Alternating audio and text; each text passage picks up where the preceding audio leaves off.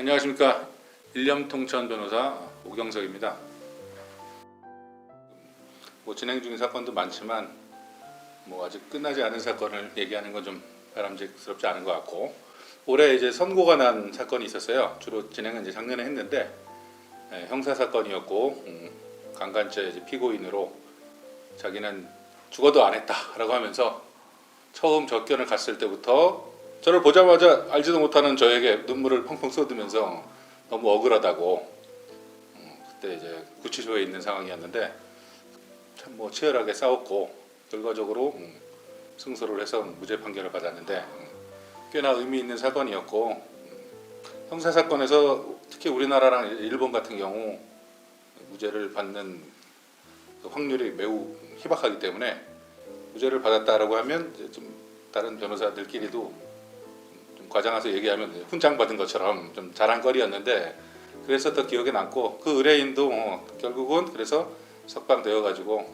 저랑 소주 한잔 하면서 형 동생 하면서 이렇게 좋은 사이로 지금까지 지내오게 되었는데, 사건 내용도 자세하게 설명드리기는 너무 길지만 굉장히 재미있었고, 또 제가 법정을 좀 압도하는 그런 분위기로 이끌어서 꽤나 만족스러웠던 사건으로 기억합니다. 성범죄에 대해서 다른 범죄랑 일단 가장 구별되는 특징은 증거가 거의 없다는 점이죠. 예를 들어서 누굴 때렸거나, 아니 누굴 죽였거나, 아니면 돈을 훔쳤거나, 계좌의 변동이 있고 상처가 남고 뭔가 물증이 있을 수 있는 그런 범죄에 비해서 성범죄는 굉장히 밀폐된 장소에서 은밀하게 이루어지고, 또 그것에 남겨진 물증이 거의 없습니다. CCTV 내지는 당사자가 스스로 녹음을 하지 않는 이상은 결국은 진술의 신빙성을 가지고 다투는 사건이 많습니다. 진술의 신빙성이라는 거는 풀어서 얘기하자면 피해자와 가해자 누구의 말을 더 믿을 것인가를 가지고 판단한다는 거예요. 사람의 인생이 내가 감옥에 갈 수도 있고 안 갈 수도 있는데, 그것은 결국은 다른 아무런 증거가 없더라도 일관된 진술을 가지고 피해 여성이 똑바르게 합리적으로 어떤 정황에 맞게 얘기를 하면 내가 정말 아니라 할지라도 억울하게 옥살이를 하는 경우도 있고, 또 반대의 경우도 있을 수 있겠죠. 반대의 경우도 있을 수 있는데 어쨌든 이러한 특징을 가지고 있고요.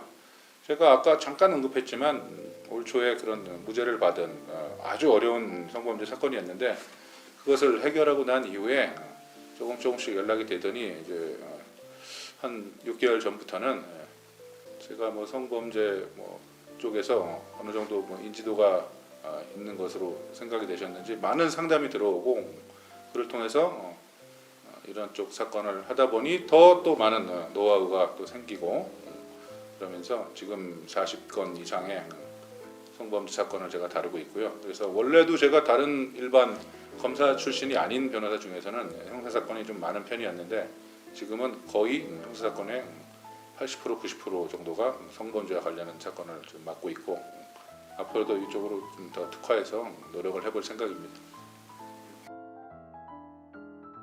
세 가지라고 말씀하시니까 좀 부담스러운데, 일단 첫째는 저뿐만 아니라 변호사와 의뢰인의 관계는 수임 위임 관계, 민법에서도 나와 있듯이 성실성이 가장 우선적인 덕목이 될 겁니다. 그건 더 말할 필요 없고 모든 변호사들의 첫째 덕목이 아닐까 싶고요.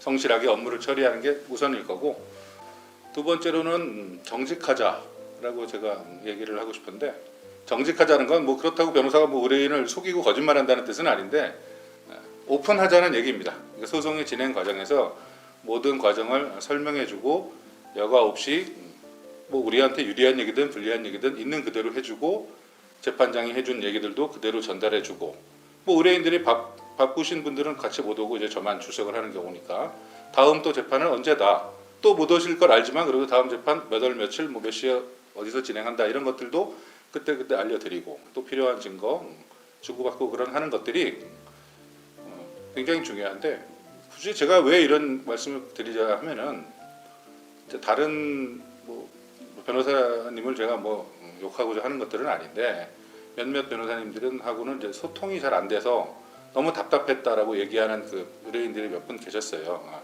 그러니까 나는 도대체 재판이 어떻게 진행됐는지도 몰랐는데 그냥 끝났더라. 그래서 패소할 때 그냥 패소했다고만 알려주고 그것도 판결문도 보내주지도 않더라. 내가 전화해서 알았다. 뭐 이런 얘기들 지금 이거 뭐 보시는 변호사님이나 어떤 고객들 보시면 공감하리라고 믿고요. 그렇지 않도록 지금 뭐 제가 몸이 여러 개 있는 건 아니지만 최선을 다하려고 하고 있습니다. 세 번째는 이제 친근감입니다. 친근한다는 것은 지금 두 번째 얘기랑도 결국 어느 정도 연결되어 있는 건데 의뢰인하고 계속 소통을 하고 그다음에 사건이 끝나더라도 어떤 계속 지속적인 관계도 맺어가고 가끔 안부도 묻고 그런 관계가 제가 먼저 마음을 열면 의뢰인이 그렇게 다가와 주시고 반대로 또 의뢰인분이 저한테 먼저 이것도 보내주시고 뭐 명절이면 정말 무슨 시골에서 뭐라도 하나 보내주시면서 맛있게 드시라고 뭐 보내주시고 이러면 감사히 받고 또 같이 사무실에 오셔서 사무실 안에서 또 식사도 하고 뭐 이런 식으로 서로 다가가는 변호사, 소통하는 변호사가 되자고 하는 게 저의 세 번째 어떤 목표이자 제 캐치프레이즈죠.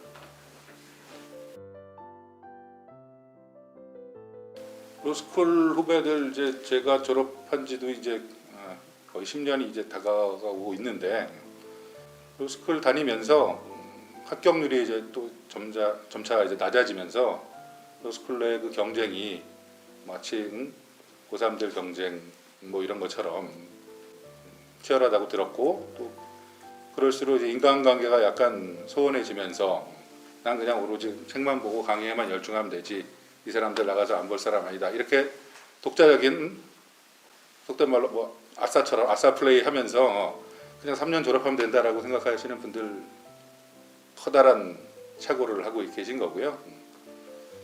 모든 이 동료 변호사들 그리고 특히 같은 학교를 나와서 같이 이제 개업 변호사든 아니면 각 분야에 활동하는 이 변호사들끼리 협업을 하는 경우 협업까지는 아니더라도 전화 한 통 걸어서 조언을 얻는 경우가 굉장히 많습니다.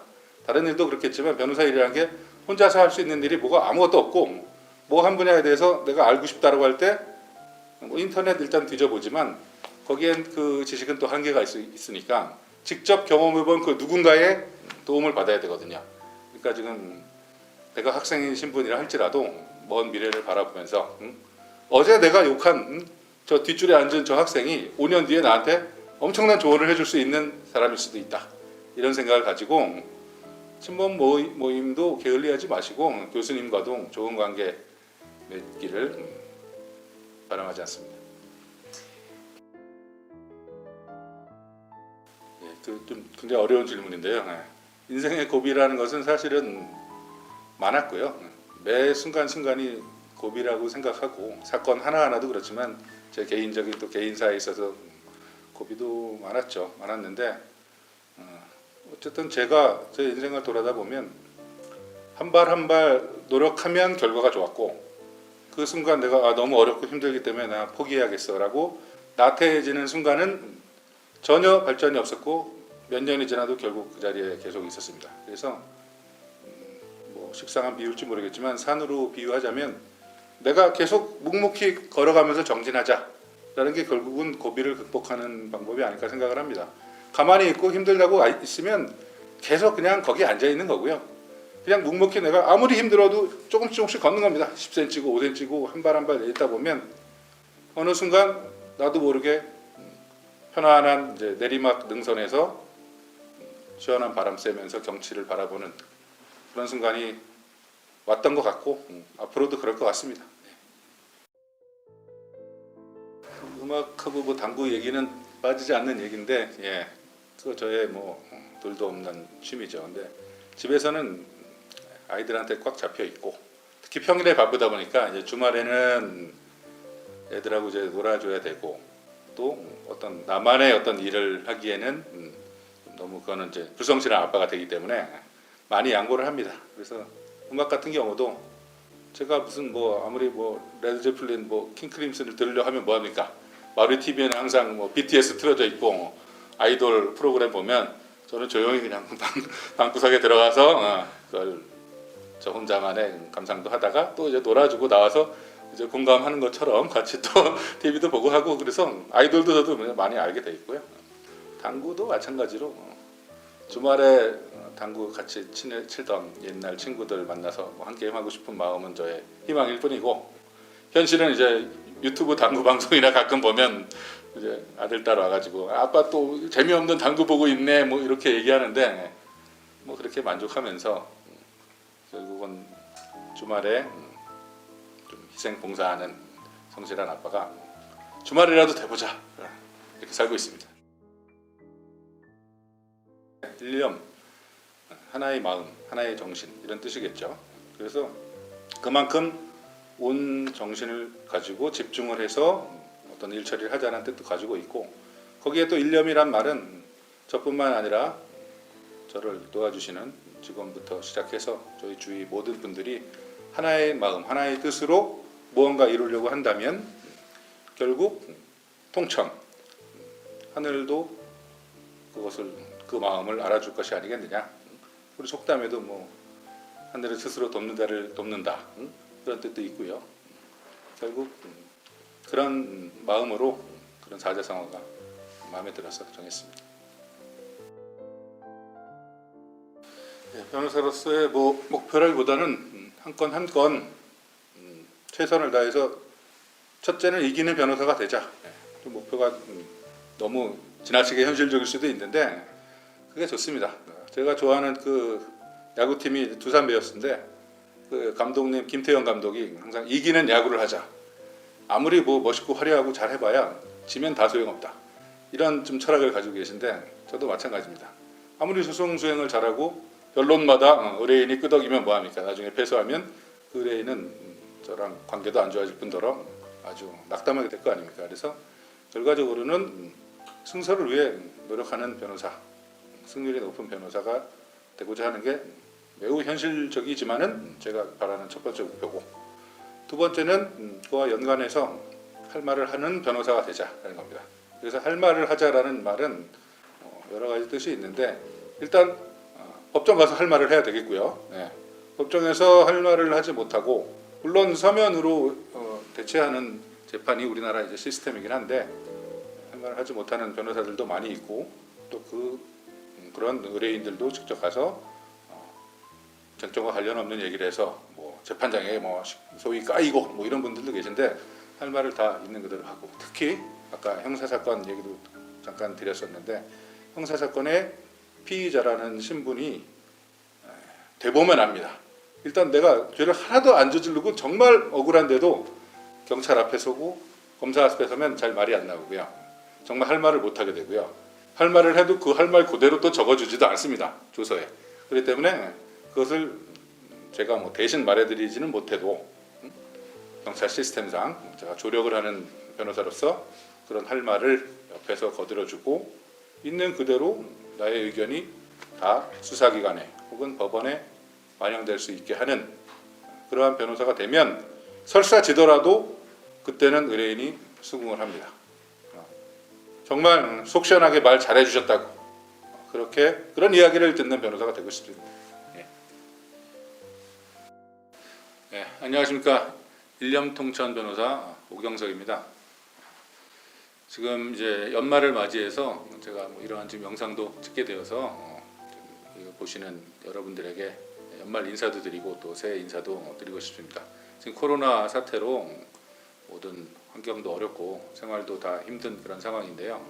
새해 힘차게 보내시고 저 역시 저를 찾아주시는 모든 분들께 성실과 친근함과 정직으로 보답하는 승리하는 변호사가 되겠습니다.